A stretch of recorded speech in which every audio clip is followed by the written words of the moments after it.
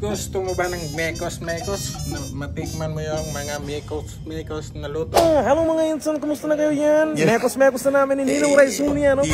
Ayan, puntahan natin ngayong araw ang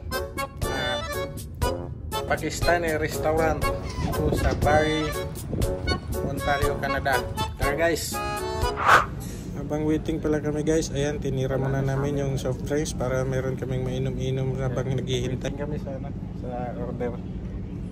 Sponsored by Mang Tani. Parealan?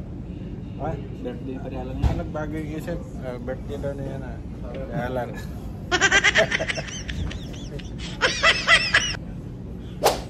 Mukbang na guys. Ito yung pagkain ng padala. Hindi na nagpadala na baka tayo ng pangalan. Indiano. Indian food dito. Ha? Ikaw nga nag-Pakistani restaurant. Naging matalo. Pakistani restaurant. Pakistani restaurant pala to. Lagyan ko na. Pakistani restaurant. Ayan. Gusto mo makatikim ng mga luto ng Pakistani dito sa restaurant na to. Ayan.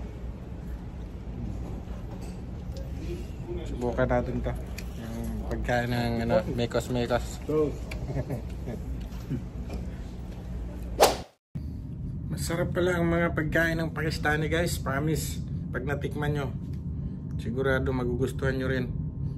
Masarap pala ng mga luto nila. At siyempre malinis kasi nandito tayo sa Canada ngayon. Hindi pwede yung magdudugyot dito. Kaya always tine-check nila yung mga restaurant na yan kung malinis ba yung pagkaproseso ng luto at hindi kinakamay kagaya ng mga nakikita natin sa video.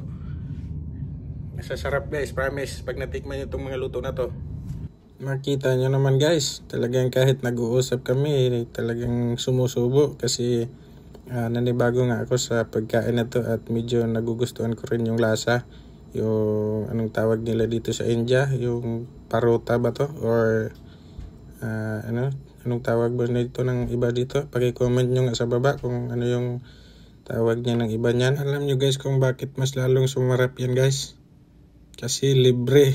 Kung libre, masarap talaga. Pagpunta namin maluwag-luwag pa ngayon. Maluwag pa rin. Sumikip na kami sumikip na. Nagpalit ang driver Kaya pala busog din yan. Kaya pala yung maliit na drive. May action ka na? Wala pa. Hindi, si Partani. Wala? Sa isang unit kasi, isa lang ang pwedeng mag-ano. Si Gian lang. Busog na ang tropa. Skip na. At kung nagustuhan mo ang video na to at gusto mo pang masundan ang mga pangyayari sa akin habang nandito sa Canada, pwede ko bang mahingi yung like mo at paki-follow na rin kung hindi ka pa naka-follow, at paki-share na rin ng video para mag-spread pa tayo sa Facebook. Thank you.